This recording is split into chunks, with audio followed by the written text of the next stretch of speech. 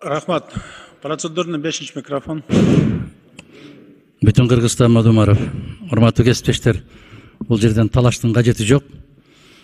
Жана ушул 9 ай болсо иштеп атканыбызга мен бир кишинин атын атай элекмин, фамилиясын да атабайм. Бул принцип. Бирок ушул мыйзамга бир ой пикир болбосо эле ушу Мадумаровдун атын атап кетсек, бир кадам жакындайбыз деген сөзүңөрдү да койсоңор да, урматтуу жакшылар. Мына регламент боюнча. Регламент 6 айга созулду, 3 айга созулду деп атабыз. Ошонун өзү регламенттин бузулушу.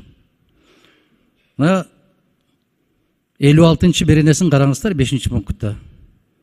10 күндөн ашпаш керек келип түшкөн сунуштар. А сунуш бергиле десеңер, депутаттар 5 жылда да бере беребиз. А эрежеси бар да. 10 күндүн ичинде тийиштүү сунуштарды бер, 10 күндөн кийин кабыл алынбайт. Аны 3 айга созуштун кажети жок. Ушул регламенттин өзүнүн сакталбагандыгынын белгиси ушул. Анда сунуш бергиле деп коюп отура бересиңерби?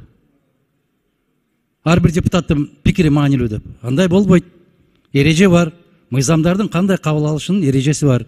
Курултай боюнча жана бардык нерсе мыйзам менен аныкталат деп турат. Указ менен, урматтуу Алмаз Акунжанович, кабыл алынбайт ал нерсе. Ал Конституцияда жазылып турат. Конституциялык мыйзам менен белгиленет деп атат. Анын чакырылышы, куралышы, принциптери, анын каржыланышы, кандай принципте иштеши, регламенти кандай болот, анын баары мыйзамда белгиленет. Указ менен белгиленбейт ал. Ошон үчүн мыйзамсыз.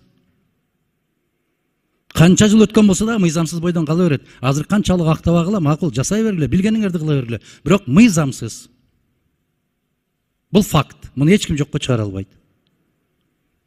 Рахмат.